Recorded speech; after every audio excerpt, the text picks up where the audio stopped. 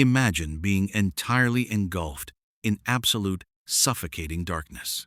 You cannot move your arms. You cannot move your legs. The air you breathe is thick with the taste of ancient dust and damp clay. Every time you exhale, the solid stone walls surrounding you seem to shift, squeezing your chest just a fraction tighter. The blood rushes to your head, your heart pounds frantically against your ribs, and the only sound you can hear is your own ragged, panicked breathing, echoing in a space no larger than a washing machine. This is not a terrifying nightmare you can wake up from. For one man, this was the chilling reality of a family holiday gone horribly, unimaginably wrong. If you find yourself drawn to true stories that explore the strange, dark, and mysterious corners of our world, you have come to the right place. We tell stories just like this one, focusing on the deeply unsettling and the bizarre. Before we dive into the pitch-black depths of today's narrative, please sneak into the like button's house, locate their favorite bottle of shampoo, replace the contents entirely with superglue, and then calmly walk out the front door. The year was 2009. It was the week of Thanksgiving, a time usually reserved for warmth, family dinners, and gratitude. John Edward Jones, a 26-year-old medical student, had traveled back to his home state of Utah with his wife and their young daughter. They were expecting their second child soon, and life for John was full of promise. He was known among his friends and family as a warm, devout, and deeply caring individual. He was tall, athletic, and in his youth, he had been an avid caver.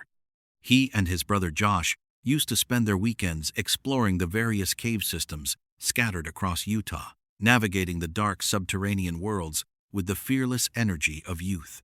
But as John grew older, went to college, got married, and entered medical school, those caving adventures had faded into fond memories. He had not been in a cave for years. However, with the family gathered for the holiday and a few days of free time stretching out before them, a wave of nostalgia hit the brothers. They decided to organize a small expedition with some friends and family members to visit a place they had heard of but never fully conquered. It was a local favorite, known as Nutty Putty Cave. Nutty Putty Cave was not your typical grand cavern filled with massive stalactites and underground lakes. Discovered in 1960, it was a hydrothermal cave, meaning it was formed by superheated water cutting through the limestone from below. This process left behind a sprawling, chaotic labyrinth of narrow tubes, tight squeezes, and sharp drops. The walls of Nutty Putty were coated in a viscous, clay-like mud that felt sticky and slippery all at once, which is exactly how the cave earned its peculiar name. Because of its narrow passages, the cave was infamous among the local spelunking community. It demanded visitors to crawl on their bellies, contort their bodies, and squeeze through terrifyingly tight spaces. At around 8 p.m. on the evening of November 24th, the group arrived at the desolate, rocky hill that marked the entrance of the cave. The weather above ground was freezing, a harsh winter chill biting at their faces, but as they descended into the mouth of Nutty Putty, the temperature rose significantly. The earth insulated the cave, keeping it at a humid, stagnant 70 degrees Fahrenheit year-round. They switched on their headlamps, the beams of light cutting through the absolute darkness, and began their descent. For the first hour, everything went exactly as planned. The group navigated through the initial, wider sections of the cave. They slid down a slick, muddy incline known as the Big Slide, laughing and chatting, enjoying the thrill of the underground exploration. John and Josh, feeling confident, decided they wanted to push further into the more challenging depths of the system. They split from the main group, aiming for a notorious section of the cave known as the Birth Canal. The Birth Canal was a famously tight tunnel that forced cavers to squeeze through a space barely wide enough for a human torso, before suddenly opening up into a spacious, comfortable cavern where they could stand up and rest. John took the lead. He crawled on his stomach through the winding muddy tubes, his headlamp sweeping across the identical-looking walls of gray and brown rock.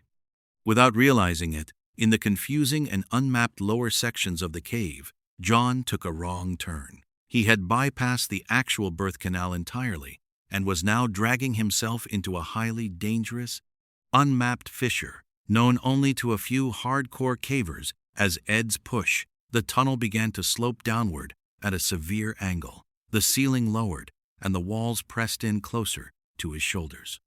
John, assuming this was the famous birth canal he had heard about, believed that if he just pushed a little further, he would pop out into the large room on the other side. So, he kept going.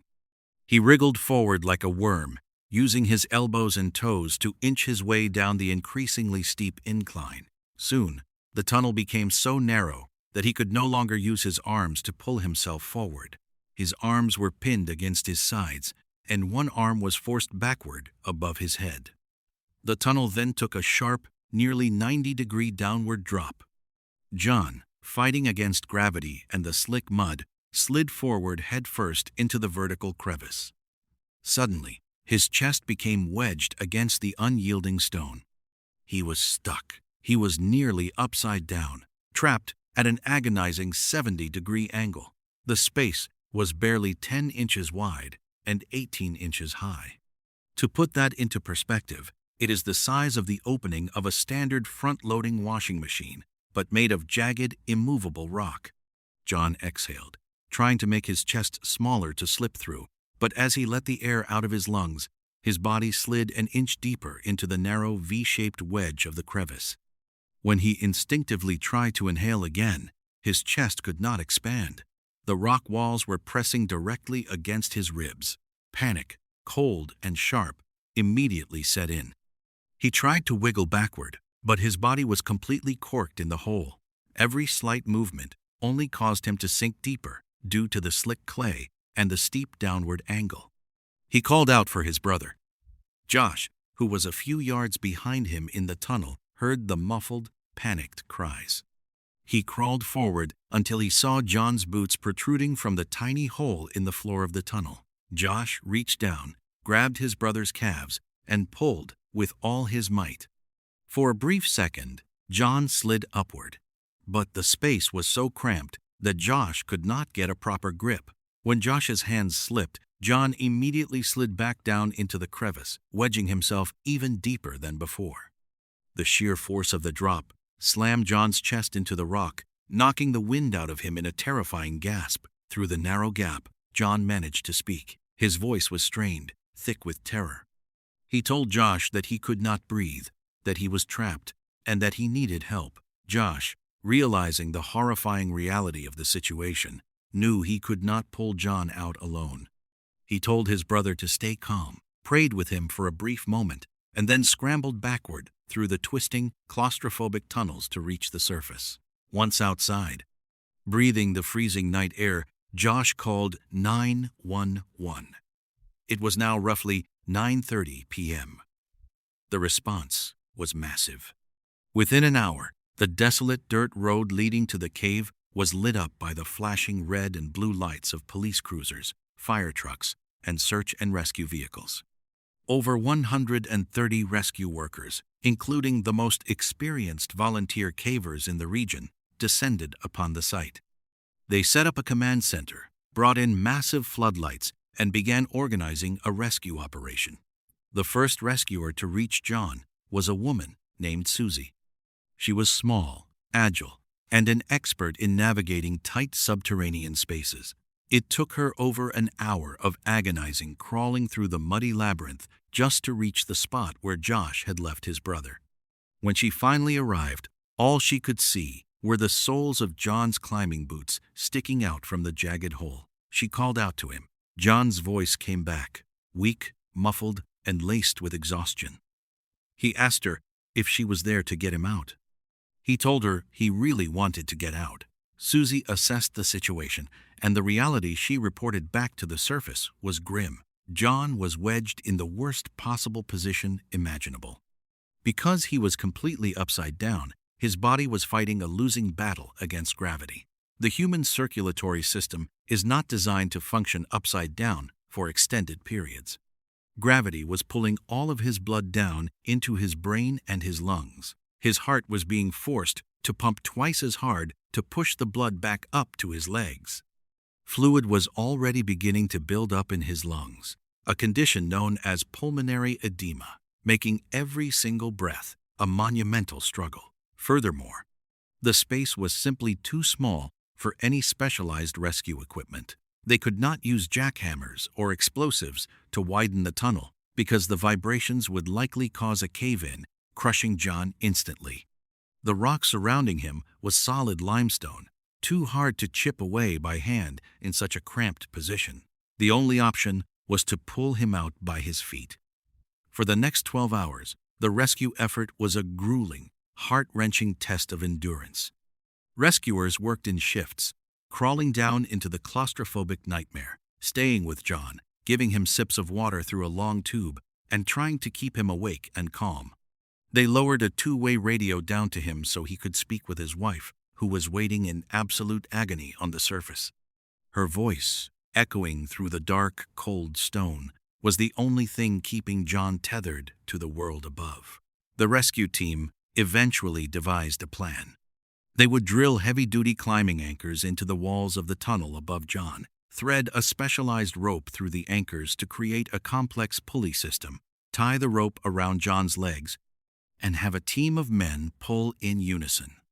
It was a brutal, physically demanding strategy, but it was their only hope. By late afternoon of November 25th, nearly 20 hours into the ordeal, the pulley system was finally rigged. The air in the cave was thick with sweat, clay dust, and desperate hope. The command was given to pull. 8 strong men, wedged awkwardly in the tunnel above, hauled back on the rope. Slowly, agonizingly, John's body began to move upward. The friction against the rock ripped his clothes and scraped his skin, and John screamed in severe pain. Because the tunnel had a bend in it, as they pulled him up by his feet, his legs were being forced against the low ceiling of the tunnel above him. The angle was breaking his body, but it was working. They managed to pull him up several feet. For the first time in almost a day, John was able to make eye contact with one of his rescuers. He looked exhausted, his eyes bloodshot from the pooling blood, his face covered in mud, but he was out of the tightest part of the crevice. They gave him a brief moment to rest before the final pull that would clear him of the drop entirely. And then, the unthinkable happened. As the men held the tension on the rope, a sudden, violently loud crack echoed through the cavern. The stone archway, where the main climbing anchor had been drilled, was not as solid as they had believed. The rock shattered under the immense pressure. A massive piece of stone broke away, sending a heavy metal carabiner flying through the narrow tunnel like a bullet, striking one of the rescuers in the face and momentarily knocking him unconscious. Without the anchor holding the tension, the rope went completely slack. Instantly, gravity reclaimed its victim. John plummeted backward, sliding headfirst all the way down the steep, slick rock face, dropping entirely back into the exact same impossibly tight wedge where he had started. The impact wedged him even deeper, tighter, and lower than before. The dust settled. The rescuers, battered and shocked in the dim light of their headlamps, scrambled to reorient themselves. They called down into the hole. There was no answer. The drop had forced John so deep into the crevice that his chest was completely compressed. His exhausted heart, which had been fighting against gravity and lack of oxygen for nearly 24 hours, could not withstand the shock of the fall and the renewed, crushing pressure. A medical professional on the rescue team was eventually able to crawl down and maneuver a stethoscope through the tiny gap, pressing it as close to John's torso as possible. They listened in the agonizing silence of the cave. There was no heartbeat, no sound of breathing. Sometime in the late hours of November 25th, John Edward Jones had quietly passed away. The devastating news was relayed to the surface. The massive rescue operation, involving over 100 dedicated individuals, ground to a heartbreaking halt. The focus shifted from rescue to recovery, but they quickly realized the grim truth. It was too dangerous to retrieve his body. The rock was too hard, the space too tight, and the risk to the recovery team was simply too great. In the days following the tragedy, an agreement was reached between the Jones family, the landowners, and the local authorities. Nutty Putty Cave would be permanently sealed. They poured concrete into the entrance, locking away the dark, twisting tunnels forever. The cave was transformed from a site of weekend exploration into a permanent, silent tomb for John. This tragic event leaves a heavy, lingering silence in its wake. It stands as a profound reminder of the delicate fragility of human life and the irreversible nature of certain choices. Sometimes, driven by ambition, curiosity, or the simple belief that pushing harder will eventually lead to a breakthrough, we force ourselves into spaces we were never meant to occupy. We push forward into the dark, convinced the path will open up, only to realize too late that the walls have closed in behind us. True wisdom often lies not in the relentless drive to push forward at all costs, but in having the patience and humility to recognize our limits, to know when to stop, and to understand that some paths, once taken, offer no way back. Thank you for joining me on this descent into the dark. If this chilling reality left a heavy weight on your chest, just wait until you hear the entirely different kind of nightmare we have prepared for you next time. Until then, stay safe and always be mindful of where your curiosity leads you. There is a deeply rooted American dream of leaving everything behind. When the stress of modern life, the noise of the city, and the crushing weight of daily responsibilities become too much, people often fantasize about packing up their car and moving to the middle of nowhere. They believe that if they can just find a quiet piece of land deep in the mountains, they can start over. They believe the wilderness will wash away their problems. But the wilderness is entirely indifferent to human struggles. It does not heal you. It only amplifies whatever you bring into it. If you walk into the deep woods carrying paranoia, fear, and unresolved darkness, the isolation will not cure you. It will consume you. This is the tragic and deeply unsettling reality of a family who drove up into a remote mountain range looking for peace, only to vanish into thin air, leaving behind a trail of clues that are so bizarre they defy all logical explanation. Before we unpack one of the most baffling and chilling unsolved mysteries in modern history, if you are a fan of the strange, dark, and mysterious delivered in story format, you have come to the right place. I upload stories just like this regularly, so please hit that like button, subscribe to the channel, and turn on the notification bell so you never miss a new upload. The year was 2009. Bobby Jameson was 44 years old, and his wife, Sherilyn Jameson, was 40. They lived in the small town of Eufaula, Oklahoma, along with their beautiful 6-year-old daughter, Madison, and their small pet dog, a mixed breed named Maisie. On paper, they looked like a normal family, but behind the closed doors of their home, their lives were slowly unraveling. Bobby had recently been involved in a severe car accident that left him with chronic, debilitating back pain. To manage the pain, he was prescribed heavy medication, which profoundly altered his mood and energy levels. Sherilyn struggled with her own severe bouts of depression and bipolar disorder.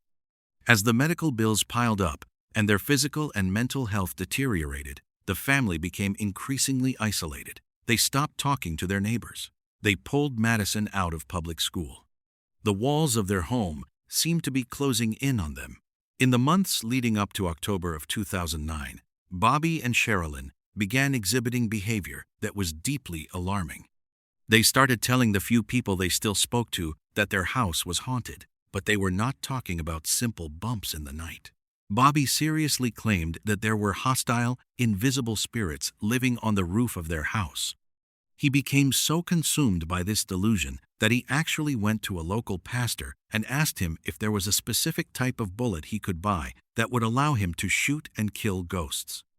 Sherilyn, feeding off this shared paranoia, went out and purchased a .22 caliber handgun, claiming they needed to defend themselves against the entities that were stalking their family. Driven by this overwhelming fear and a desperate desire for a fresh start, The Jamisons decided they needed to move. They wanted to buy a 40-acre plot of land deep in the San Bois Mountains, near the even smaller town of Red Oak, Oklahoma. It was a rugged, heavily wooded, and isolated area.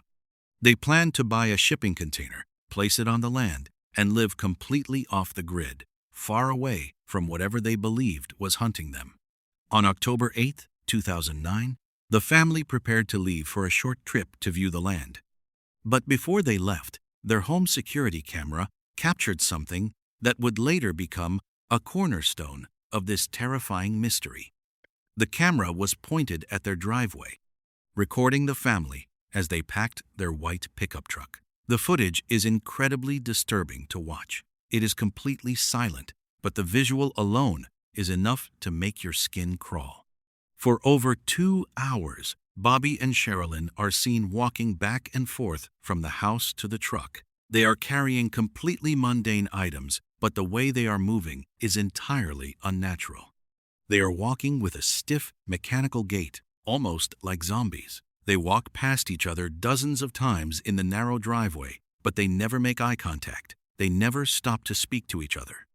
They just move back and forth in a bizarre, silent trance, their faces entirely devoid of emotion. Later that day, they loaded Madison and the dog into the truck and drove away, heading east toward the mountains. 9 days passed. On October 17th, a group of local hunters were riding their all-terrain vehicles deep in the Sans Bois Mountains. They were navigating a narrow, deeply rutted dirt path that was miles away from any paved highway. The terrain was incredibly rough, flanked by dense timber and steep ravines. As they rounded a bend, they saw a white pickup truck parked awkwardly on the side of the dirt trail. The hunters stopped their vehicles. They recognized the truck immediately. They had driven past this exact spot a few days earlier and had seen the truck sitting there. The fact that it had not moved in days in such a remote area was highly unusual. They walked up to the vehicle to see if someone needed help. The truck was locked. The hunters peered through the dirty glass of the windows. The inside of the cab was a mess of clothing, maps, and wrappers. But then, they saw something moving in the back seat. Curled up on a pile of jackets was Maisie, the family dog. The dog was severely emaciated, trembling, and barely clinging to life. She had been locked inside the freezing, airtight truck for over a week with absolutely no food or water. Realizing something was terribly wrong, the hunters immediately called the local sheriff's department. When the police arrived, they had to physically break the window to get the dog out and unlock the doors. Maisie was rushed to an animal clinic where she miraculously survived. But as the investigators began to inventory the contents of the truck, the situation escalated from an abandoned vehicle case into an absolute nightmare. Inside the truck, the police found Bobby's wallet, containing his identification and credit cards. They found Sherilyn's purse. They found both of their cell phones. They found the family's global positioning system unit, which showed that they had driven further up the mountain, stopped, and then driven back down to this specific spot before turning the engine off.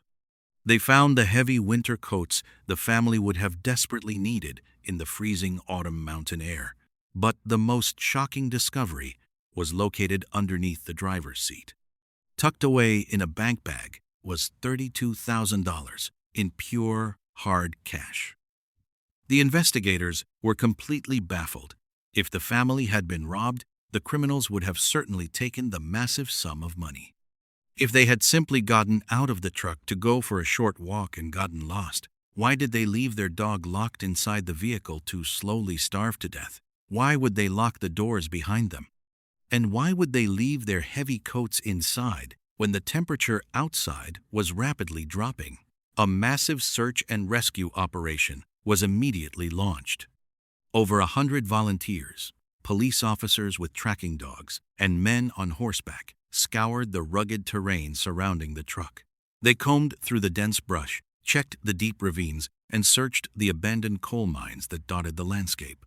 The tracking dogs caught a faint scent leading away from the truck, but it quickly vanished into the wind. They searched for days, expanding the radius further and further out. They found absolutely nothing. It was as if the earth had simply opened up and swallowed the three of them whole. As the detectives dug into the evidence left inside the truck, they made a deeply unsettling discovery on one of the cell phones. It was a photograph of 6-year-old Madison. The picture appeared to have been taken somewhere on the mountain, likely on the day they disappeared. In the photo, Madison is standing with her arms crossed over her chest, but it is her expression that haunts anyone who looks at the image. She is not smiling. She looks incredibly distressed, as if she has been crying, and her eyes are looking slightly off camera, staring at someone or something with a look of pure fear. It was the last known photograph of the little girl alive. The sheer lack of physical evidence led to a chaotic storm of theories. Some investigators believed that Bobby and Sherilyn, caught in the grip of a shared drug-induced psychosis, simply wandered off into the woods and succumbed to the elements. The area was notoriously dangerous, filled with steep drops and wild animals. But this theory could not explain why they would lock the truck, leave the money, and condemn their beloved dog. Others theorized that they had stumbled across a drug manufacturing operation. The Sans Bois Mountains were known to be a hiding place for illegal methamphetamine labs. If the Jamisons had accidentally walked onto a cartel's territory while looking for land, they might have been executed to protect the secret. But again, ruthless criminals do not typically leave $32,000 in cash sitting under a seat. Another terrifying theory suggested a murder-suicide plot. Did the intense paranoia finally push one of the parents past the breaking point? Did they force their family to march out into the freezing wilderness to end it all? But without bodies, and without a weapon found in the immediate area, the police had nothing but empty speculation. The case officially went cold. For 4 years, the mystery of the Jamison family haunted the state of Oklahoma.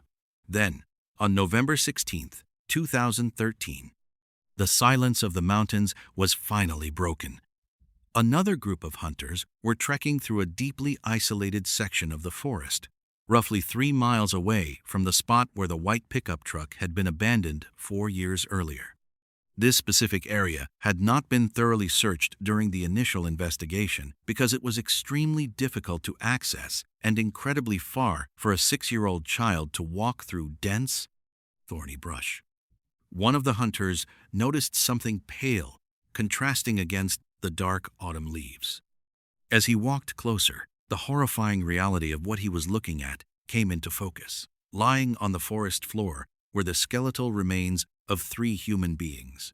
The police were immediately notified. The medical examiner arrived at the scene.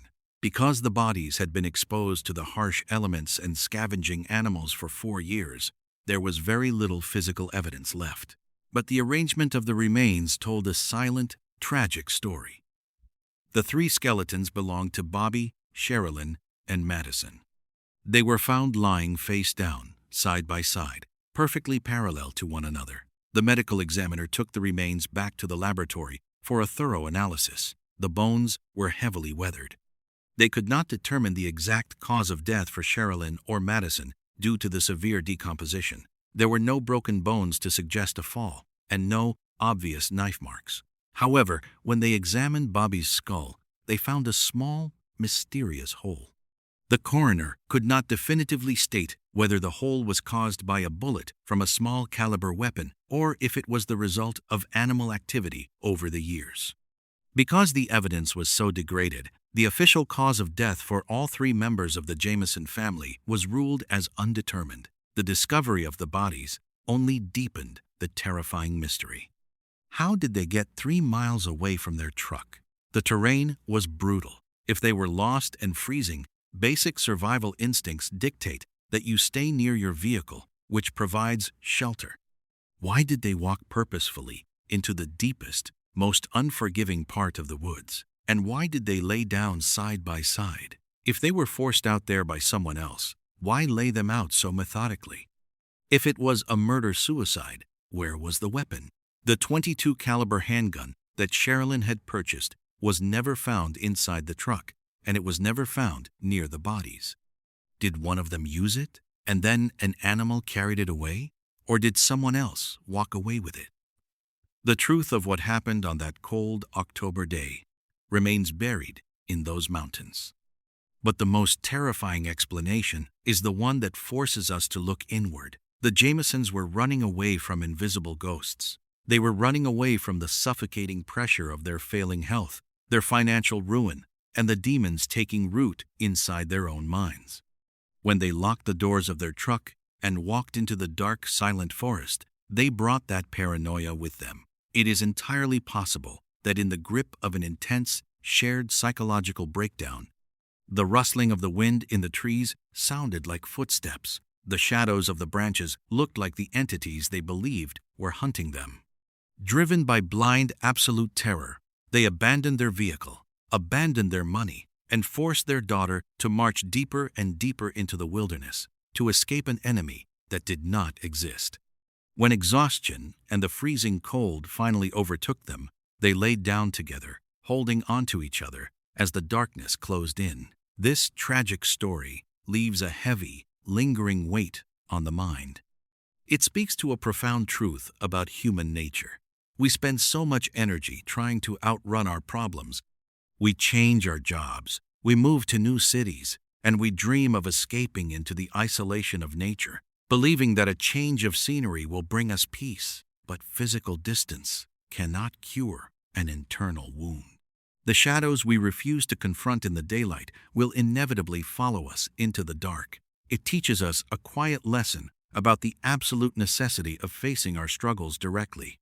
It reminds us that sincerity, patience, and the courage to ask for help when our minds begin to fail us are the only true ways to survive. The isolation they sought did not protect them. It simply provided a quiet, empty stage for their deepest fears to become a devastating reality. Life requires us to stand our ground and deal with the broken pieces of our lives, because the further we run into the unknown, the harder it becomes to ever find our way back. If you found this story fascinating, you are going to want to hear the next one. It involves an experienced hiker who went out for a short walk in a popular national park, only to vanish into thin air, leaving behind a trail of bizarre clues that made even seasoned search and rescue experts question the laws of nature. Click the video on the screen right now to watch it. Thank you so much for listening, and until next time, stay safe out there. There is a profound and comforting illusion that we all rely on every single night before we go to sleep. We walk around our homes, we turn off the kitchen lights, we make sure the stove is off, and we turn the deadbolt on the front door. We listen to the heavy metal click of the lock, and in that sound, we find an absolute sense of security. We believe that 4 walls and a locked door are enough to keep the chaos of the outside world completely separate from our safe, private lives. We believe that if danger ever tries to cross our threshold, there will be a loud struggle, a broken window, or enough time to dial 911. But what happens when the very place you feel the most secure becomes the site of an impossible vanishing? What happens when 3 grown women disappear from a small suburban house in the middle of the night, leaving behind their money, their cars, their clothes, and absolutely no sign of a struggle, as if they simply dissolved into the warm summer air? Before we unlock the doors to one of the most chilling and perplexing unsolved mysteries in American history, if you are a fan of the strange, dark, and mysterious, delivered in story format, you have come to the right place. I upload stories just like this regularly, so please hit that like button, subscribe to the channel, and turn on the notification bell so you never miss a new upload. The city of Springfield, Missouri, in the early summer of 1992, was the quintessential picture of Midwestern peace. It was a place where neighbors knew each other by name, kids rode their bikes down tree-lined streets until the streetlights came on, and violent crime was something that happened in other, bigger cities. June 6th was a particularly joyous day in Springfield. It was graduation day for the local high school. The air was thick with the humidity of early summer and the infectious excitement of hundreds of teenagers stepping into the adult world. Among those graduates were 2 beautiful, vibrant young women named Susie Streeter and Stacy McCall. Susie was 19 years old, known for her outgoing personality and her striking blonde hair. Stacy was 18 years old, a sweet, deeply loved young woman who was eagerly preparing for her upcoming college years. The two girls had been friends for a long time, and they had spent weeks planning the perfect way to celebrate their graduation night. Their original plan was to leave Springfield right after the graduation ceremonies and drive down to Branson, Missouri, where they had booked a hotel room. They were going to spend the weekend swimming, exploring, and celebrating with a large group of their classmates. But as graduation day wore on, those plans slowly began to unravel. The hotel in Branson fell through due to a miscommunication, and the girls found themselves without a place to stay for their highly anticipated weekend getaway. Instead of letting the ruined plans ruin their night, Susie and Stacy decided to stay in Springfield and hop between the various graduation house parties happening across town. They spent the evening laughing, dancing, and saying their goodbyes to classmates they might never see again. Around 2 a.m., the parties began to die down. The girls were exhausted. Stacy was originally supposed to sleep over at a different friend named Janelle's house, but Janelle's house was incredibly crowded with other teenagers who had the same idea. Susie suggested that they just go back to her house on Delmar Street. It would be quiet, they could wash off their makeup, and they could sleep in late. Stacy agreed, and she called her mother to let her know about the change of plans. The house on Delmar Street belonged to Susie's mother, a 47-year-old woman named Cheryl Levitt. Cheryl was a beloved local hairdresser, an incredibly hardworking single mother who had dedicated her entire life to providing for Susie. Cheryl and Susie shared a very close, trusting relationship. They were more like best friends than a traditional mother and daughter. While the girls had been out partying, Cheryl had enjoyed a quiet, relaxing evening at home. She had spent the afternoon painting a wooden dresser in the garage. Around 11:15 p.m., she had called a friend to chat, sounding perfectly happy and normal. After getting off the phone, Cheryl presumably washed up, put on her floral nightgown, and climbed into her bed, reading a book while her small Yorkshire Terrier, Cinnamon, curled up at her feet. She left the front porch light on, waiting for her daughter to come home. At roughly 2:15 a.m., Susie and Stacy arrived at the house on Delmar Street in their separate vehicles. They parked their cars in the curved driveway, right next to Cheryl's car. They walked up the pathway, unlocked the front door, and stepped inside. What happened inside that house between the hours of 2:15 a.m.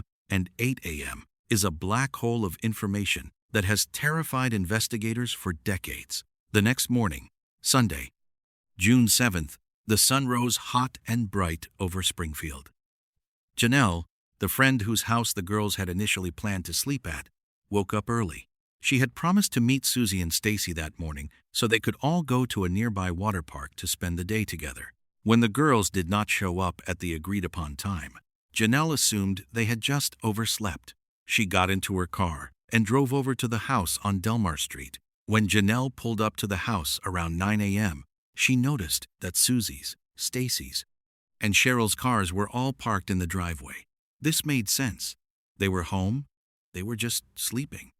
Janelle walked up the short concrete path leading to the front door. As she stepped onto the front porch, she noticed something slightly odd. The glass globe that covered the front porch light was completely shattered. Small shards of jagged glass were scattered across the concrete welcome mat.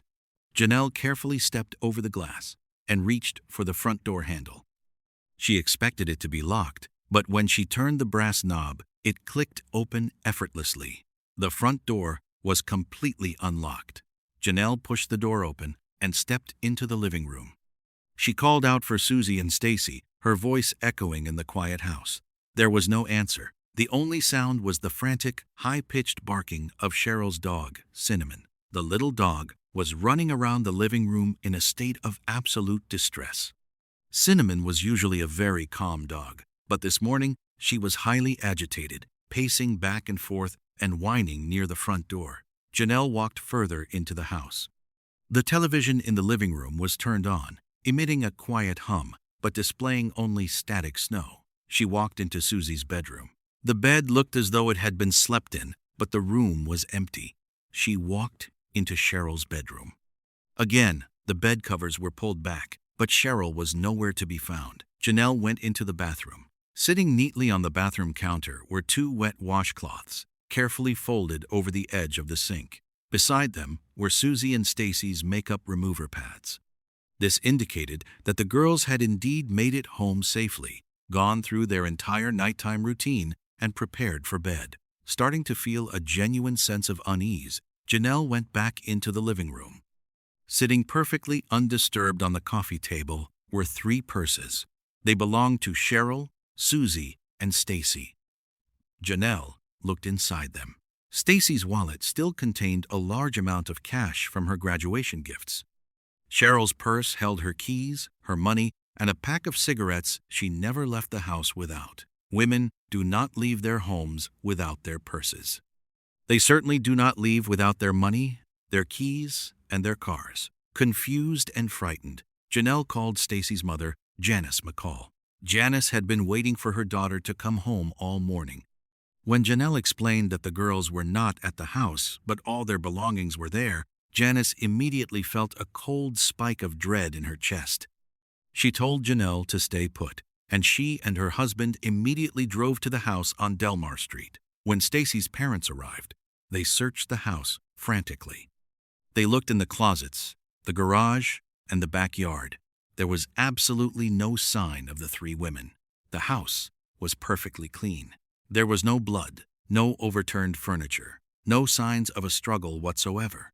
It looked exactly like a home where the occupants had just stepped into the other room for a moment. In their panic, Stacy's parents made a decision that they would deeply regret for the rest of their lives. Hoping to find a clue as to where the girls might have gone, they began cleaning up the shattered glass from the front porch. They carefully swept the shards into a dustpan and threw them into the garbage, completely unaware that they were destroying the only physical piece of evidence left at a major crime scene. While they were waiting for the police to arrive, the telephone in the kitchen rang. Janelle answered it. The voice on the other end of the line was a man. He began speaking in a deeply disturbing, sexually explicit manner. The things he was saying were so horrible that Janelle immediately slammed the phone down in shock. A few minutes later, the phone rang again. Janelle answered it, and it was the same man saying the same terrifying things. She hung up again.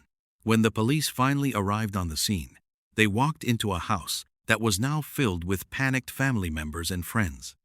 The crime scene, if it was one, had been completely compromised by people walking through the rooms, touching surfaces, and sweeping the porch. The detectives began their investigation by examining the answering machine in Cheryl's bedroom. The machine indicated that there was one new, unheard message. An officer pressed the play button. The tape whirred, and a message began to play. It was a very strange, cryptic message, but just as the investigators leaned in to listen closely, the officer's finger slipped. He accidentally hit the delete button instead of the save button. The tape completely erased. The message, and whatever crucial clue it might have held, was gone forever in a fraction of a second. Despite the blunders, the police realized they were dealing with a massive, unprecedented situation.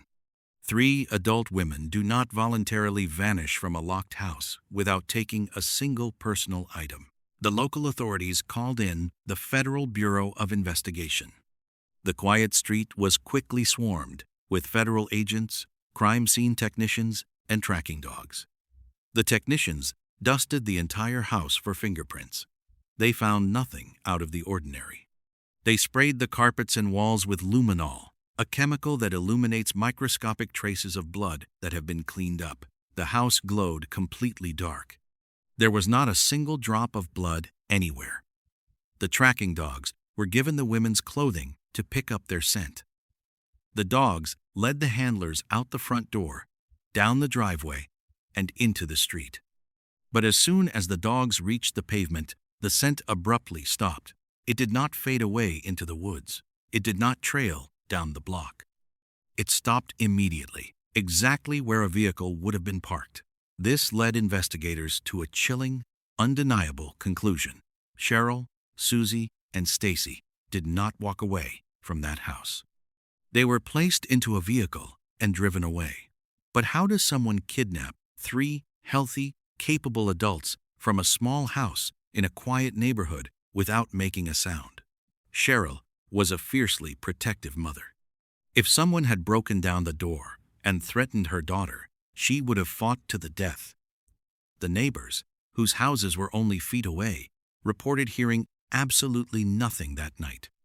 No screams, no barking dogs, no breaking glass. The detectives realized that the shattered porch light was the key to understanding the nightmare. It was not broken during a struggle. The glass was shattered before the women ever opened the door. The terrifying theory constructed by the FBI suggests that a predator, or perhaps a group of predators, had been watching the house on Delmar Street. They saw Cheryl go to sleep. They unscrewed or broke the porch-like globe to plunge the front entryway into absolute darkness. And then they waited. When Susie and Stacy arrived at 2:15 a.m., they walked up the dark path. They unlocked the door. They stepped inside, washed their faces, and got ready for bed. The prevailing theory is that the attacker was already inside the house, hiding in the dark, or that they knocked on the door shortly after the girls arrived, holding a weapon, and forced their way inside. To control three adults without a struggle, the attacker would have needed an overwhelming threat. They would have needed a firearm, and they would have needed the element of total surprise. The attacker woke Cheryl up, gathered the three terrified women in the living room, and quietly ordered them out the front door, threatening to shoot them if they made a single sound. They were marched out into the warm summer night, loaded into a waiting vehicle, and driven off into the dark, leaving their entire lives behind on the coffee table. Years passed. The case of the Springfield Three became one of the most heavily investigated missing persons cases in the country. The police received over 5,000 tips. They excavated concrete foundations of new parking garages looking for bodies. They drained local lakes. They interviewed known criminals who were active in the area at the time. A few men came forward with vague confessions, hoping to get lighter sentences for other crimes, but their stories were always full of inconsistencies and led to dead ends. To this day, over 30 years later, not a single trace of Cheryl Levitt, Susie Streeter, or Stacy McCall has ever been found. No clothing, no jewelry, no bones. The house on Delmar Street still stands, a quiet, suburban monument to an impossible tragedy. This story leaves a heavy, lingering weight on the mind. It is a profound and terrifying exploration of how incredibly fragile our sense of safety truly is. We build our homes, we buy our locks, and we go to sleep believing that we are the masters of our domain. But the truth is, the walls we build can only protect us from the things we can see coming. It teaches us a grim, vital lesson about the fleeting nature of our reality.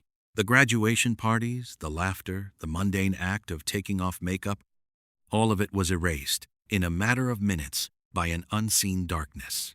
It reminds us that we must hold on to the moments we have with the people we love with absolute sincerity. We must appreciate the quiet evenings, the mundane conversations, and the simple comfort of knowing our family is sleeping in the next room, because life is completely unpredictable, and the universe does not guarantee us a tomorrow. Sometimes, despite our best efforts and our locked doors, the outside world reaches in and takes everything, leaving nothing behind but questions that will never, ever be answered. If you found this story fascinating, you are going to want to hear the next one. It involves a massive ancient hotel in the middle of a bustling city and a series of security tapes that show a young woman playing a terrifying game of hide and seek with something no one else can see. Click the video on the screen right now to watch it. Thank you so much for listening, and until next time, stay safe out there. There is a very specific, undeniable dread that comes with staying in an old hotel. When you walk down a long, dimly lit hallway lined with identical wooden doors, you are walking through a gallery of hidden histories. You swipe your keycard, push open the heavy door, and drop your bags on the floor, rarely stopping to think about who was in that exact room the night before. You do not think about the arguments that echoed off the wallpaper, the quiet tears shed into the pillows, or the tragedies that might have unfolded just inches from where you are about to sleep. Most hotels clean away the physical evidence of the past, leaving only the scent of industrial bleach and fresh linen. But some buildings are too saturated with darkness. No amount of bleach can wash away the heavy, suffocating energy of a place that has seen too much pain. The Cecil Hotel in downtown Los Angeles is one of those places. Before we unlock the doors to one of the most unsettling mysteries in modern history, if you are a fan of the strange, dark, and mysterious delivered in story format, you have come to the right place. I upload stories just like this regularly, so please hit that like button, subscribe to the channel, and turn on the notification bell so you never miss a new upload. It was the winter of 2013. A 21-year-old college student named Elisa Lam had decided to take a solo trip along the west coast of the United States.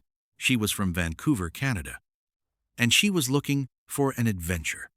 Elisa was a bright, curious, and expressive young woman who documented her life heavily on the internet.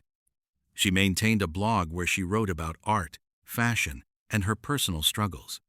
She was navigating the difficult transition into adulthood and wanted to see the world on her own terms. Her trip brought her down to Southern California, and she needed an affordable place to stay in the heart of Los Angeles. She found a hostel called Stay on Main. What Elisa likely did not realize was that Stay on Main was simply a rebranded section of the infamous Cecil Hotel. Built in the 1920s, the Cecil was originally designed to be a luxurious destination for wealthy travelers and businessmen. But when the Great Depression hit, the hotel fell on incredibly hard times. The surrounding area, known as Skid Row, became heavily populated by the transient, the desperate, and the forgotten. The Cecil slowly transformed into a cheap, long-term boarding house. Over the decades, it earned a deeply sinister reputation. It became a magnet for tragedy, serving as the final residence for numerous people who chose to end their lives. It was the temporary home to infamous serial killers who walked through the ornate lobby with blood on their hands, unnoticed by the staff. The building was a massive, towering monument to human suffering, holding nearly 700 rooms connected by a labyrinth of confusing hallways, dead ends, and dimly lit corridors. Elisa checked into the hotel on January 26th. Initially, she was placed in a hostel-style room with several other young female travelers. But within a few days, her roommates went to the front desk and complained about her behavior. They said she was acting erratically, leaving passive-aggressive notes on their beds and locking them out of the room. The hotel staff decided to move Elisa into her own private room on one of the higher floors. Elisa was very close with her parents back in Canada. She called them every single day of her trip to check in and let them know she was safe. But on January 31st, the day she was scheduled to check out of the Cecil Hotel and travel to her next destination, the phone call never came. Her parents waited. They called her cell phone repeatedly, but it went straight to voicemail. By the next morning, panic had completely set in. They contacted the Los Angeles Police Department and reported their daughter missing. Because the area surrounding the hotel was notoriously dangerous, the police took the report very seriously. They dispatched officers to the Cecil Hotel to conduct a search. They knocked on the door of Elisa's private room. There was no answer. When they used a master key to enter, they found a scene that made absolutely no sense. All of Elisa's belongings were still in the room. Her luggage, her clothes, her laptop, and most importantly, her medication were all sitting there. It looked as though she had just stepped out for a moment to grab a cup of coffee and intended to return immediately, but she was gone. The police began a massive search of the massive, confusing building. They walked down every hallway. They knocked on doors. They brought in specialized search dogs to sniff the corridors. The dogs tracked her scent through the hallways, up to a certain window, and then the scent completely vanished. The police even checked the roof of the hotel. They found that the heavy metal doors leading to the roof were securely locked and heavily alarmed.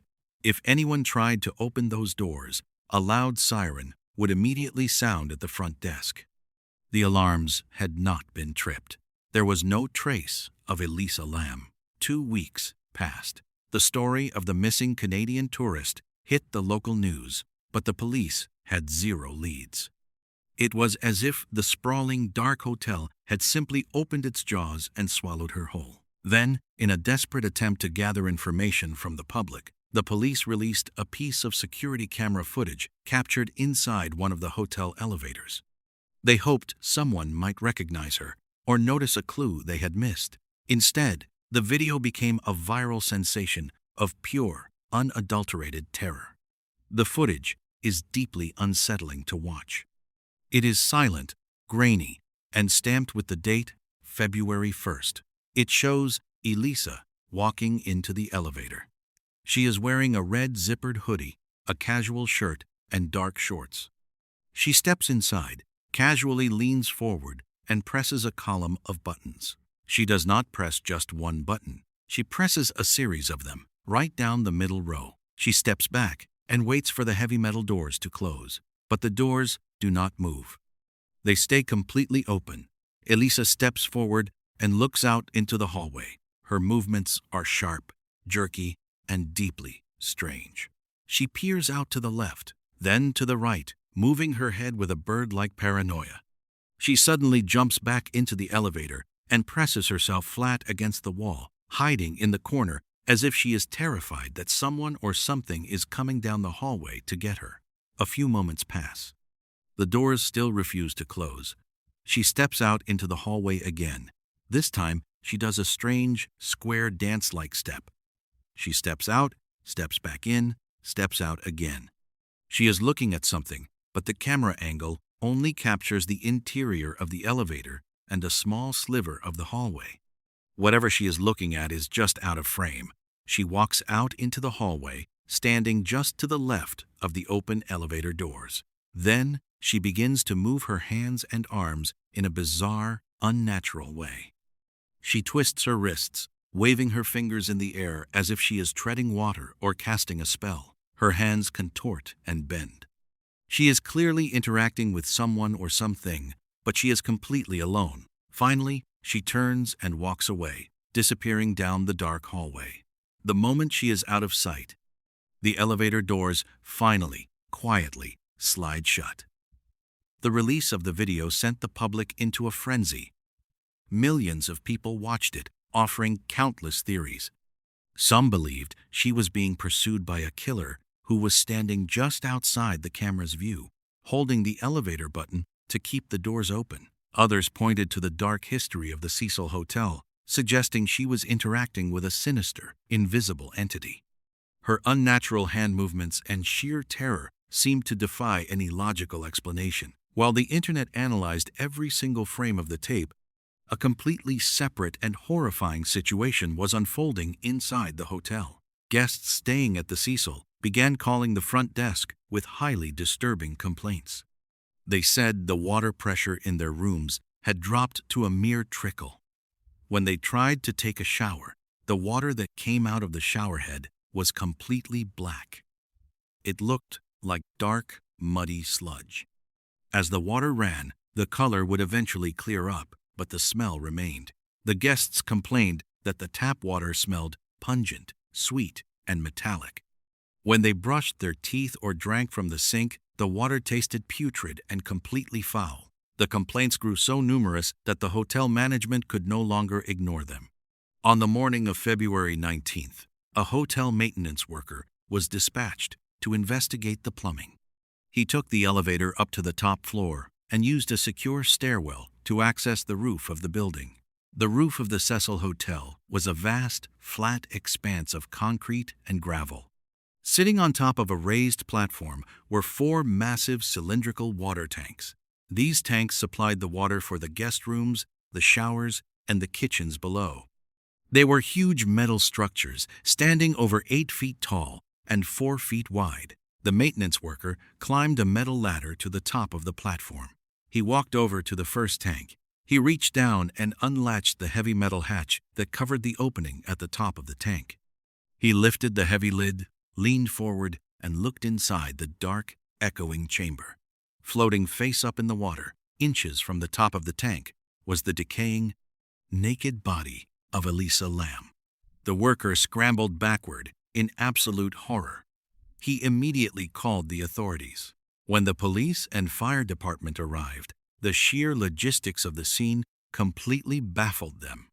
The opening of the tank was so small, and the body was so swollen from being submerged in water for nearly 3 weeks, that they had to physically cut a hole in the side of the massive metal tank to drain the water and retrieve her remains. When the news broke, it sent shockwaves across the world. The guests inside the hotel realized with absolute terror that for the past 19 days they had been bathing in, brushing their teeth with, and drinking the water that contained a decomposing human body. But the horror of the discovery was quickly overshadowed by the impossible mystery of how she got there. The police had checked the roof during their initial search, and the doors were locked and alarmed. To get to the roof without triggering the siren, someone would have had to navigate a complex labyrinth of fire escapes on the exterior of the building, climbing up several stories in the pitch-black night. Furthermore, the water tanks were towering structures. There was no fixed ladder leading from the concrete roof to the top of the specific tank where she was found. To look inside, you had to climb onto a platform, then haul yourself up the slippery, curved metal side of the tank. Once at the top, you had to lift a heavy metal hatch. Inside the tank, police found the red hoodie, the shirt, and the shorts Elisa had been wearing in the elevator video. They were floating in the water alongside her. The public immediately suspected murder. It seemed physically impossible for a petite young woman to navigate the fire escapes, scale an 8-foot water tank, open a heavy metal lid, strip off her clothes, jump into the water, and somehow close the heavy lid behind her. It seemed obvious that someone had chased her down the hallway, murdered her, carried her to the roof, and dumped her body into the tank to hide the evidence. The medical examiner took weeks to conduct a thorough autopsy and toxicology report. When the results were finally released, they provided an explanation that was far more tragic and realistically terrifying than any ghost story or murder plot. The autopsy revealed zero evidence of physical trauma. There were no bruises, no broken bones, no signs of a struggle, and no defensive wounds. Furthermore, the toxicology report came back completely clean. There were no illegal drugs or alcohol in her system.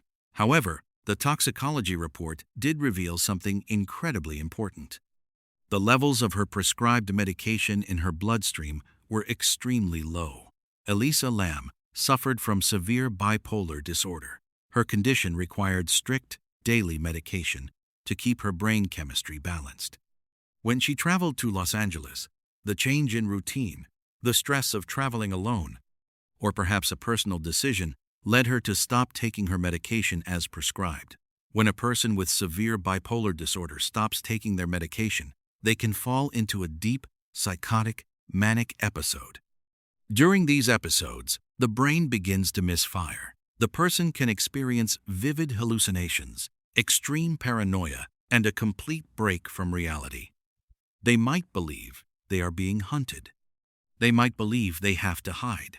The haunting elevator video was not a recording of a woman interacting with a ghost or a killer. It was a tragic recording of a young woman trapped inside a terrifying hallucination created by her own mind. The reason the elevator doors did not close was not due to an invisible presence. In her frantic button pressing, she had hit the door hold button, which forces the elevator to stay open for 2 minutes. She was waving her hands and talking to a threat that felt entirely real to her, but existed only in her fractured consciousness. In a state of pure, adrenaline-fueled terror, she fled the elevator. She navigated the confusing hallways of the Cecil Hotel. She found an open window or a fire escape door that bypassed the roof alarms. Driven by the intense delusion that she needed to hide from her unseen pursuers, she climbed the exterior of the building. She scaled the water tank. She opened the heavy lid and climbed into the water, seeking the ultimate hiding spot. Once she was inside the tank, the water was freezing cold. Hypothermia sets in very quickly in dark, cold water. As the body core temperature drops dangerously low, people often experience a phenomenon known as paradoxical undressing. The brain becomes so confused by the cold that it suddenly registers extreme burning heat, causing the victim to frantically strip off their clothes in a desperate attempt to cool down. She removed her clothes. But the most terrifying realization of all was the water level. When she entered the tank, it was likely over half full. But the tank was essentially a giant metal barrel with smooth, slippery walls. There was no ladder on the inside. As the morning approached and the hotel guests woke up, they began to turn on their sinks and take their showers. As they used the water level inside the tank slowly began to drop. Elisa would have been treading water in the pitch-black darkness, shivering uncontrollably.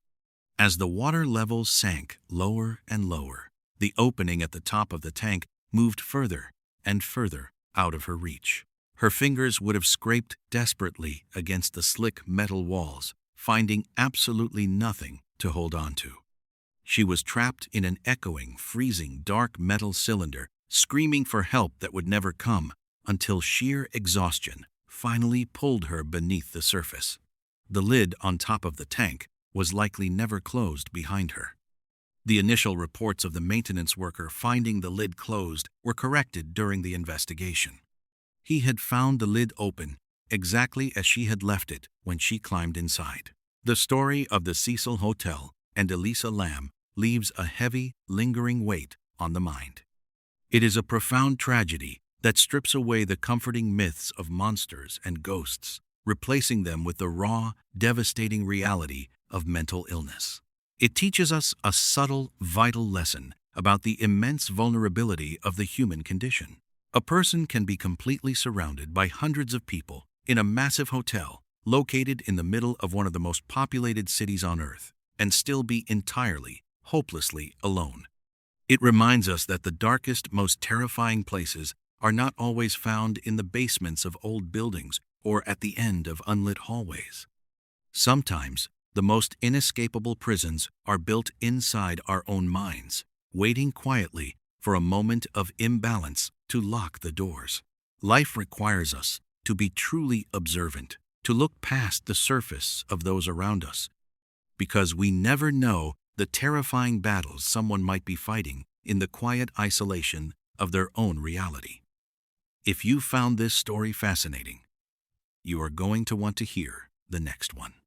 It involves an experienced hiker who went out for a short walk in a popular national park only to vanish into thin air, leaving behind a trail of bizarre clues that made even seasoned search and rescue experts question the laws of nature. Click the video on the screen right now to watch it.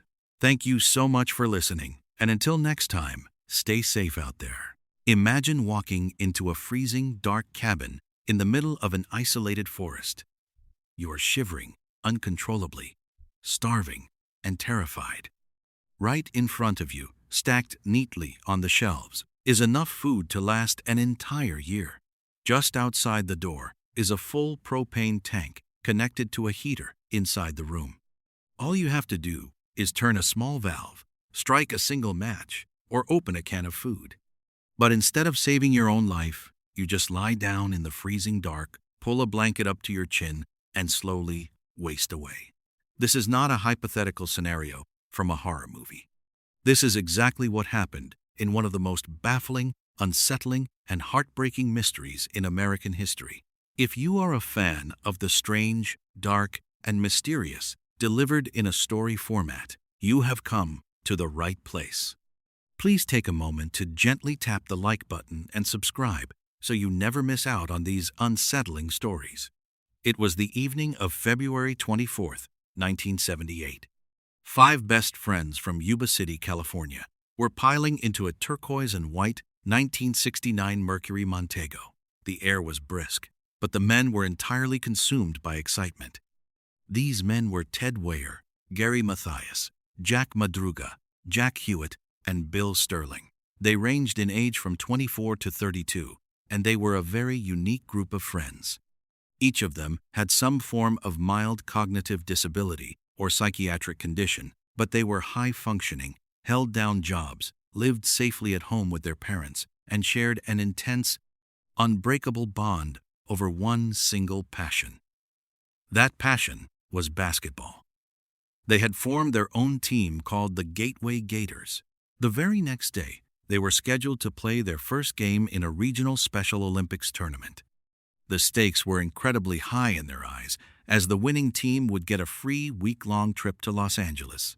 They were so thrilled about the tournament that some of them had already carefully laid out their freshly washed uniforms on their beds before leaving the house that evening. They wanted to be completely ready for the morning. But tonight, they were taking a short road trip. They were driving 50 miles north to the town of Chico to watch a college basketball game. Jack Madruga was behind the wheel. He loved his car fiercely and drove it with extreme, almost overly cautious care. The college game was lively, and the boys had a fantastic time cheering from the bleachers. The game ended around 10 p.m. Afterward, the group stopped at a small local market just down the street from the gymnasium. The store clerk vividly remembered them. They were cheerful and polite, buying Hostess cherry pies, candy bars, and sodas to snack on during the ride back. It was about 10:30 p.m. when they walked out of the brightly lit store, got back into the Mercury Montego, and drove off into the dark California night. They were supposed to head south, taking a straight, easy, and very familiar highway directly back to Yuba City. Their parents expected them to be home safely in their beds by midnight at the absolute latest. But midnight came and went. The house phones remained silent. The boys did not return. By 6 a.m. the next morning, the parents were awake and frantically calling each other's houses. By 8 a.m., the police had been notified. The authorities initially tried to calm the parents down, suggesting the men had simply taken a detour, perhaps deciding to stay over at a friend's house or got a flat tire. But the mothers and fathers knew better. These 5 men were strict creatures of habit. They never missed a curfew without calling home, and more importantly, they would never, ever risk missing their big basketball tournament that morning. For them to miss the game they had trained months for, something had to be horribly, terribly wrong. Days turned into a week, and a massive search effort across the local highways yielded absolutely nothing. It was as if the turquoise car and the 5 men had vanished off the face of the earth. Then, a breakthrough happened, but it only deepened the terror. A park ranger reported seeing an abandoned car parked on a remote, unpaved logging road deep inside the Plumas National Forest. The location made absolutely no sense. The car was found 70 miles away from Chico, in the complete opposite direction of Yuba City. It was high up in the mountains, at a freezing elevation of 4,400 feet. The police rushed to the scene immediately. It was indeed Jack Madruga's Mercury Montego. When investigators arrived at the vehicle, the clues they found shattered every logical theory they had.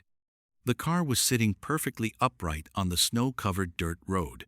There were no dents, no scratches, and no signs of any kind of accident or struggle. The keys were missing, but when the police hot-wired the ignition, the engine roared to life immediately. The gas tank was a quarter full. The tires were in perfect condition.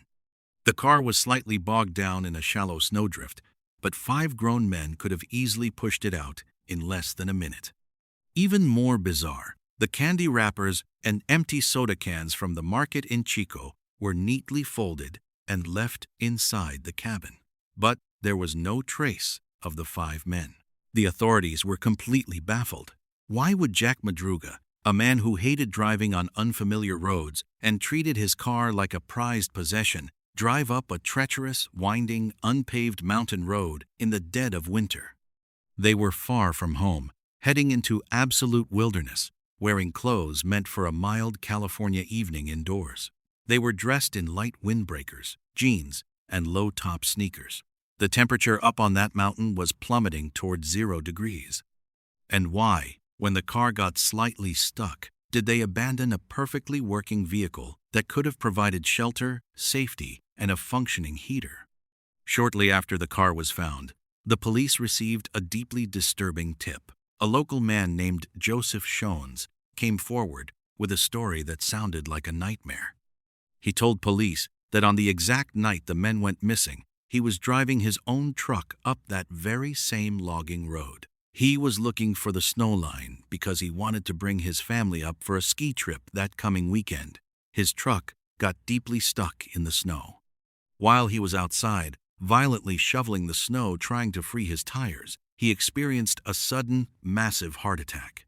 Lying inside his freezing truck, writhing in excruciating pain and entirely convinced he was going to die right there on the mountain, he suddenly saw headlights illuminating the trees from down the road.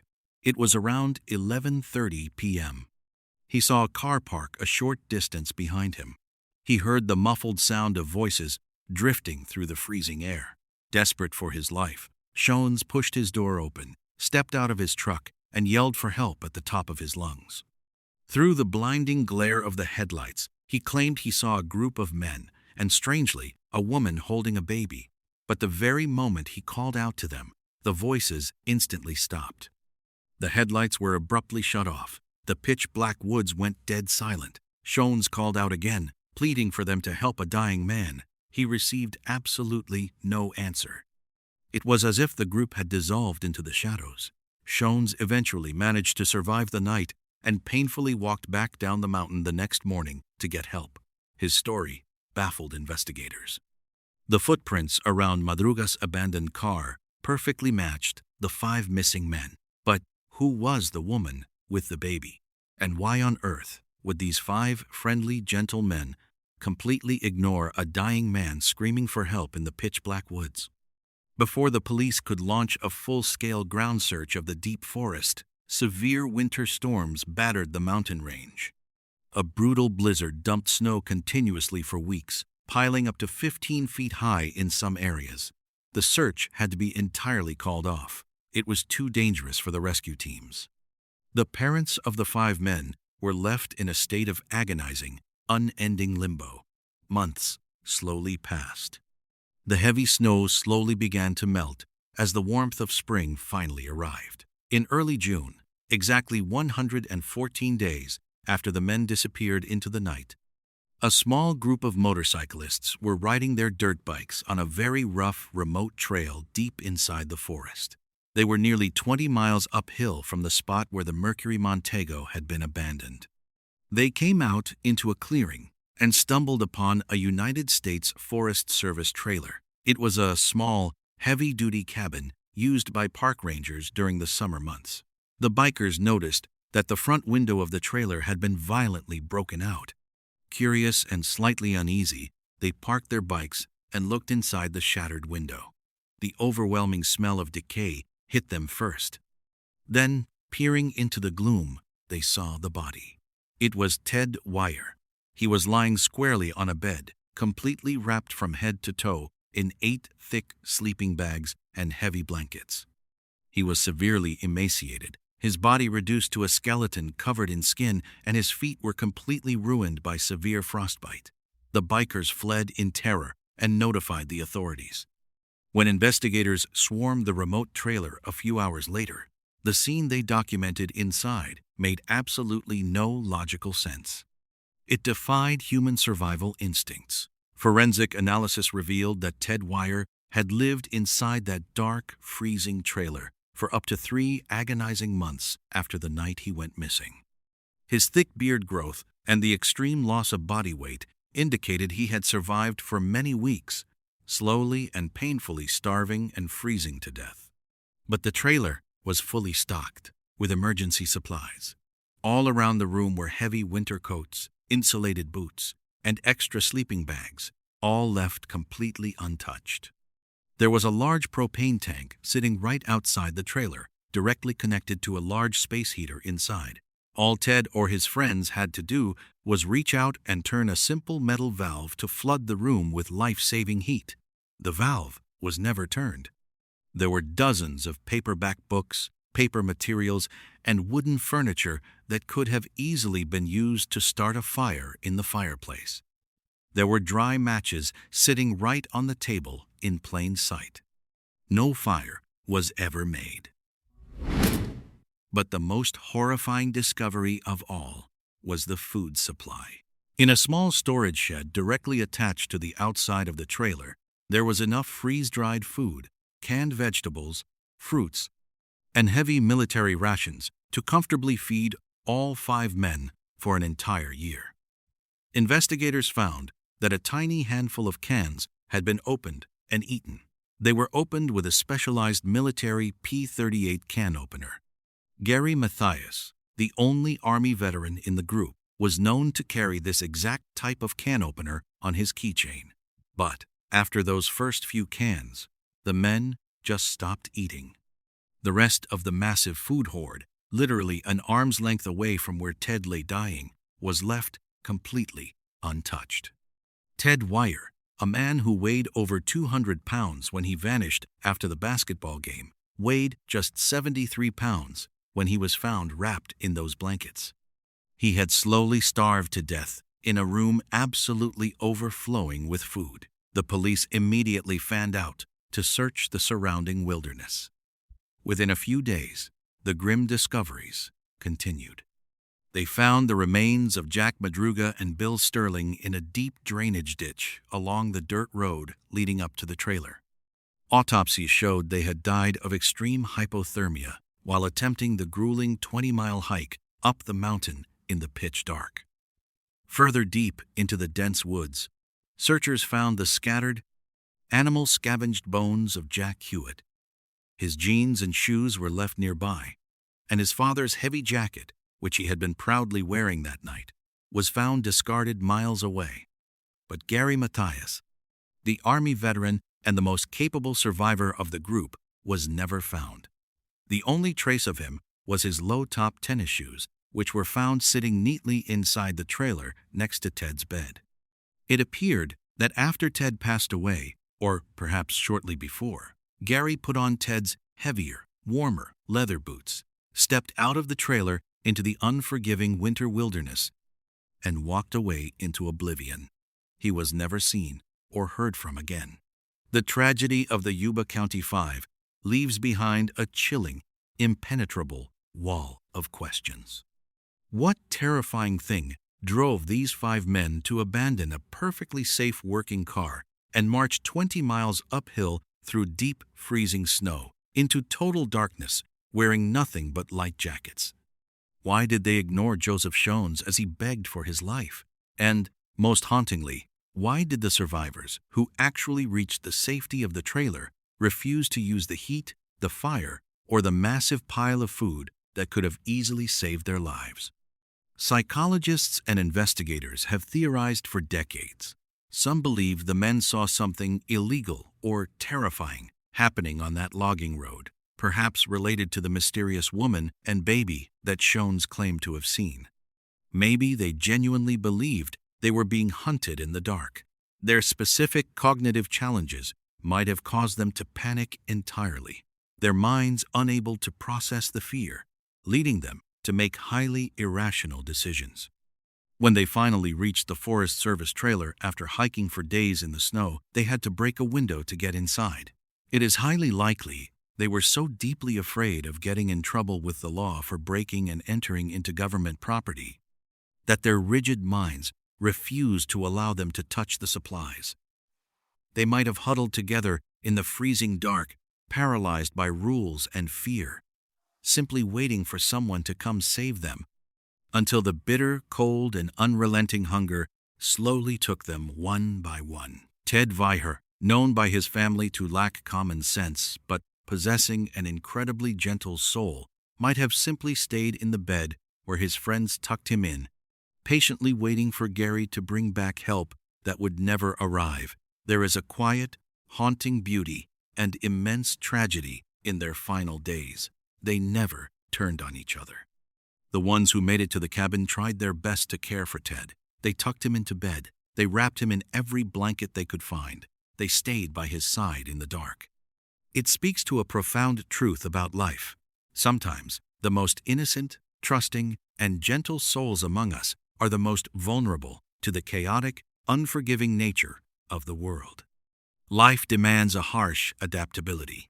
A single wrong turn in the dark, a moment of blinding panic, or a stubborn adherence to the rules, even when survival is on the line, can lead to devastating consequences. Their story is a stark reminder that the wilderness does not care about your good intentions, your fears, or your innocence. The physical world is entirely indifferent. The thick mountain forest swallowed their final moments, keeping the true, horrifying sequence of events locked permanently beneath the winter snow. The parents of the 5 men lived out the rest of their days consumed by the agonizing question of what chased their boys up that mountain. And Gary Mathias remains missing to this very day, a ghost wandering the Plumas National Forest. The strange case of the Yuba County 5 remains one of the darkest, most impenetrable mysteries of the American outdoors. There are many more stories hidden in the dark corners of the world, waiting to be uncovered. And perhaps the next one will chill you even deeper to the bone. There is a very specific type of terror that comes from something that simply cannot happen. We are accustomed to tragedy, and we can process violence or accidents because they leave evidence behind. They leave a trail of cause and effect that our brains can understand. But what happens when the physical laws of our reality just seem to break? Imagine a room with only one door. You set up a camera pointing directly at that door. You watch a person walk through that door into the room. A few minutes later, you watch every single person inside that room walk back out. But the person you watched go in is not among them. You search the room, and it is completely empty. Where did they go? Did they dissolve into the air? Did they step into a crack in the universe? Ah. This is not a thought experiment. This is exactly what happened to a young man in Ohio, in a case that remains one of the most baffling, logically impossible mysteries ever recorded. Before we dive into the impossible vanishing of this young man, if you are a fan of the strange, dark, and mysterious delivered in story format, you have come to the right place.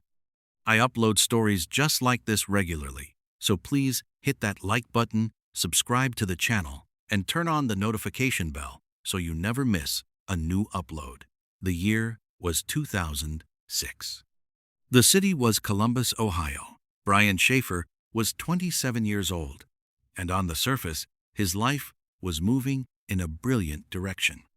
He was a second-year medical student at Ohio State University, a bright, handsome, and deeply intelligent young man with a promising future as a doctor. He had a beautiful girlfriend named Alexis, who was also a medical student, and they were deeply in love. In fact, Brian had recently purchased a ring and was planning to ask Alexis to marry him during an upcoming vacation they had booked to Miami, Florida. They were scheduled to fly out on a Monday, just a few days away. But underneath the surface of this perfect life, Brian was carrying a heavy, suffocating weight. Just 3 weeks prior to this story, Brian had lost his mother to a grueling battle with cancer. He had been incredibly close to her, and her death had left a massive, hollow void in his heart. He was trying to hold it together, pushing through his grueling medical exams and keeping a brave face for his family and Alexis. But the grief was a constant, heavy shadow following him everywhere. On Friday, March 31st, 2006, Brian finished his final medical exams for the quarter. It was the beginning of spring break. He and his father went out to dinner that evening. His father noticed that Brian looked exhausted. The late nights of studying, combined with the raw, unprocessed grief of losing his mother, were clearly taking a toll on him. His father told him he should just go home, get some rest, and pack for his trip to Miami. But Brian declined. He said he was going to meet up with his friend and fellow medical student, Clint, to celebrate the end of their exams. He needed a distraction. He needed to blow off some steam. Around 9 p.m., Brian met up with Clint at a bar called the Ugly Tuna Saloon. This location is absolutely crucial to understanding the sheer impossibility of what was about to happen. The Ugly Tuna Saloon was located inside a large entertainment complex in the University District, but the bar was not on the ground floor. It was located on the second floor of the building. To get into the bar, you had to walk into the ground floor lobby and ride a long escalator up to the second level. At the top of the escalator, there was a small landing and then the main entrance doors leading into the bar. Most importantly, the building was equipped with security cameras. There was a camera mounted on the ceiling right outside the Ugly Tuna Saloon. This camera continuously panned back and forth, capturing the top of the escalator, the landing, and the front doors of the bar. It was the only public entrance and the only public exit. If you went into the bar, you were caught on that camera. If you left the bar, you were caught on that camera. Brian and Clint started their night at the Ugly Tuna. They had a few drinks, catching up and enjoying the loud, energetic atmosphere of the college crowd. After a while, they decided to do some bar hopping. They left the Ugly Tuna, went back down the escalator, and visited a few other establishments in the immediate area. They drank, they talked to friends, and they tried to drown out the heavy stress of the past few weeks. As the night wore on, they met up with a female friend named Meredith. The three of them continued their night out, eventually deciding to head back to where they started. At 1:15 a.m., early Saturday morning on April 1st, the security camera at the Ugly Tuna Saloon captured Brian, Clint, and Meredith riding the escalator back up to the second floor. The footage shows them clearly. They step off the escalator, walk across the landing, and disappear through the doors into the crowded bar. The bar was incredibly packed. The music was deafening. The air was hot and humid from hundreds of bodies pressing together, and the drinks were flowing.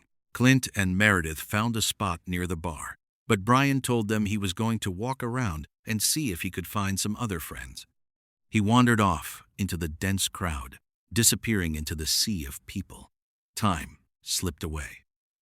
At 1:55 a.m., just 5 minutes before the bar was scheduled to close for the night, the security camera outside the entrance captured Brian once again.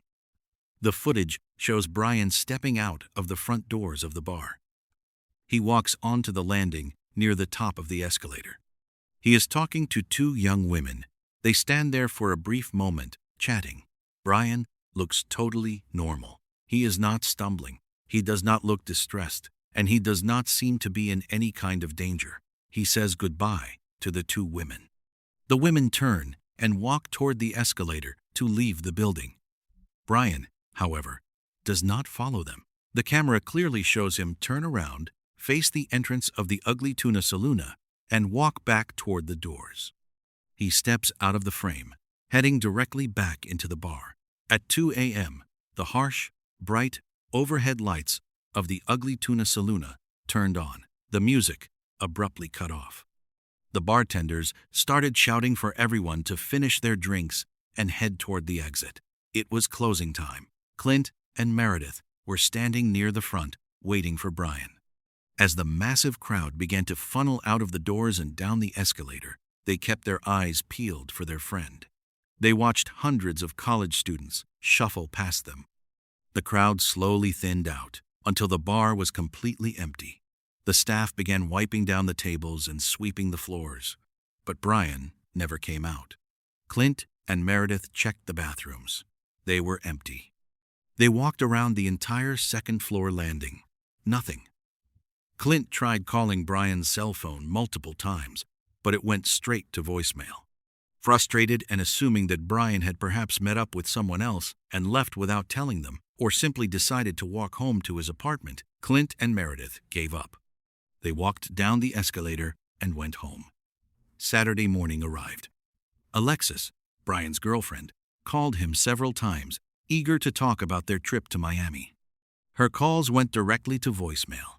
She thought it was slightly strange, but she figured he was just sleeping off a heavy night of drinking. As the day progressed into evening, and Brian still had not returned any calls from Alexis, Clint, or his father, a cold sense of unease began to settle over the family. Brian was not the type of person to completely ignore his phone, especially not with a major trip coming up. By Sunday, the unease had turned into pure panic. Brian had a flight to catch on Monday morning. He had not been home. His car was still parked at his apartment. His luggage was not packed. Monday morning came. Alexis stood at the airport departure gate in absolute agony, watching the passengers board the flight to Miami. She waited until the very last second, praying she would see Brian running down the terminal. But he never showed up. The plane doors closed, and the plane took off without him. At that exact moment, Alexis knew something was horribly wrong. The family immediately contacted the Columbus police and officially reported Brian Schaefer missing. The police launched an investigation, initially assuming this was a standard case of a young man who had perhaps wandered off and gotten into an accident. They requested the security footage from the Ugly Tuna Saloon, focusing entirely on the night of Friday, March 31st, and the early hours of Saturday, April 1st. The detectives sat in a dark room. Watching the grainy footage, they saw Brian, Clint, and Meredith ride the escalator up at 1:15 a.m. They fast-forwarded. They watched the footage at 1:55 a.m. They saw Brian walk out, talk to the two women, turn around, and walk back toward the bar entrance. Then, the detectives watched the footage from 2 a.m. until the bar was completely empty. They watched every single person walk out of those doors and go down the escalator. They paused the tape, they rewound it, they watched it again. They focused on every face, every jacket, every gate. Brian Schaefer never walked out. The detectives were baffled. They thought they must have missed something. They implemented a painstaking manual counting process. They counted every single person who went up the escalator that night. Then, they counted every single person who came down the escalator. The numbers did not lie. Every single person who went up that night came back down, except for one, Brian. How does a 27-year-old man vanish from a second-floor bar with only one public exit? The police immediately secured the building. They brought in highly trained search dogs. The dogs were given a piece of Brian's unwashed clothing to pick up his scent. The dogs tracked his scent through the ground floor lobby, up the escalator, across the landing, and into the Ugly Tuna Saloon. The dogs wandered around the bar floor, following his path through the crowd. But then, the scent just stopped. The dogs spun in circles, confused. They could not find a trail leading out. It was as if Brian had evaporated into thin air right there on the bar floor.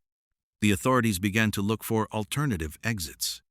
If he did not go down the escalator, he had to have left through another door. The only other way out of the Ugly Tuna Saloon was a set of emergency service doors located in the back of the building. These doors were strictly for staff and deliveries. The police investigated the service doors. If Brian had somehow slipped through them without anyone noticing, he would have found himself in a chaotic, highly dangerous environment. The back of the building was a massive, active construction site. It was dark, filled with deep trenches, exposed rebar, concrete pillars, and steep drops. It was a labyrinth of scaffolding and debris. But there was a major problem with this theory. The service doors were not meant for public use. They were heavy, and they opened up to a route that was notoriously difficult to navigate even in the daylight. More importantly, the construction site was heavily monitored by motion-sensitive security cameras to prevent theft. The police pulled every single hour of footage from the construction site cameras for that entire weekend. They watched the tapes, looking for any sign of movement, any shadow, any sign of a person stumbling through the dark. The motion sensors were never tripped. The cameras captured absolutely nothing. Furthermore, police scoured the entire construction zone. They brought the tracking dogs through the debris. They looked down every trench and inside every concrete pipe. They found zero physical evidence that anyone had been there. There was no blood, no torn clothing, no footprints in the mud. The situation was entirely impossible. He did not leave through the front. He did not leave through the back. He was not inside the bar. Desperation set in. Prevent. The police theorized that perhaps Brian had changed his clothes to disguise himself and slipped past the front camera. They meticulously interviewed every single person who was in the bar that night. They tracked down the 2 women he was seen speaking to at 1:55 a.m. The women confirmed they spoke to him briefly, said goodbye, and left. They had no idea where he went afterward. They checked Brian's bank accounts, his credit cards, and his cell phone records. After the night he vanished, his phone never pinged another cell tower. His credit cards were never swiped. His bank accounts remained completely untouched. He had simply ceased to exist. Weeks turned into months, and months turned into years. The disappearance of Brian Schaefer became a national obsession. It is the ultimate locked room mystery playing out in real life. People analyzed the footage frame by frame, suggesting wild theories. Some believed that Brian, overwhelmed by the grief of losing his mother and the pressure of medical school, had meticulously planned his own disappearance, finding an unseen blind spot in the camera system to escape and start a new life. But his family entirely rejected this. Brian loved Alexis. He was about to propose. He loved his father and his brother. He would never inflict that kind of agonizing pain on them, especially so soon after his mother's death. Others believed he met with foul play inside the bar. They suggested that an altercation occurred in the back rooms, and his body was somehow smuggled out in a trash bin or hidden within the walls of the construction site before the concrete was poured. The police brought in ground-penetrating radar to scan the concrete pillars of the new construction, desperate to find an anomaly that might be a human body. The radar found nothing. The ugly Tuna Saluna eventually closed its doors permanently, but the mystery of what happened inside that building continues to haunt anyone who hears it. This story forces us to confront a very uncomfortable reality about our lives. We spend all our time building foundations.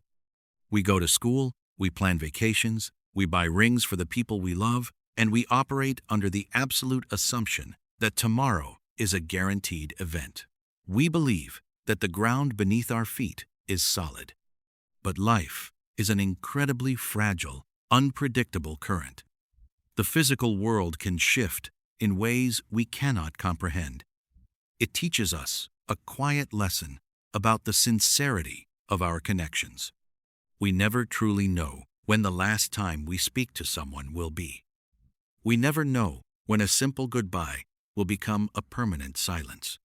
The grief that Brian's family endured, waiting for a phone call that never came, waiting for a door to open that remained shut forever, is a stark reminder to hold the people we care about close. It is a reminder to live with patience, to express our love sincerely, and to never let a disagreement linger into the night, because the universe does not owe us closure. It does not owe us an explanation. Sometimes, the people we love the most simply step out of the frame, and we are left staring at an empty room for the rest of our lives. If you found this story fascinating, you are going to want to hear the next one. It involves a massive, isolated mountain range where a young boy vanished into thin air, only to be found days later miles away, telling a story about a creature that defies every law of nature. Click the video on the screen right now to watch it. Thank you so much for listening, and until next time, stay safe out there.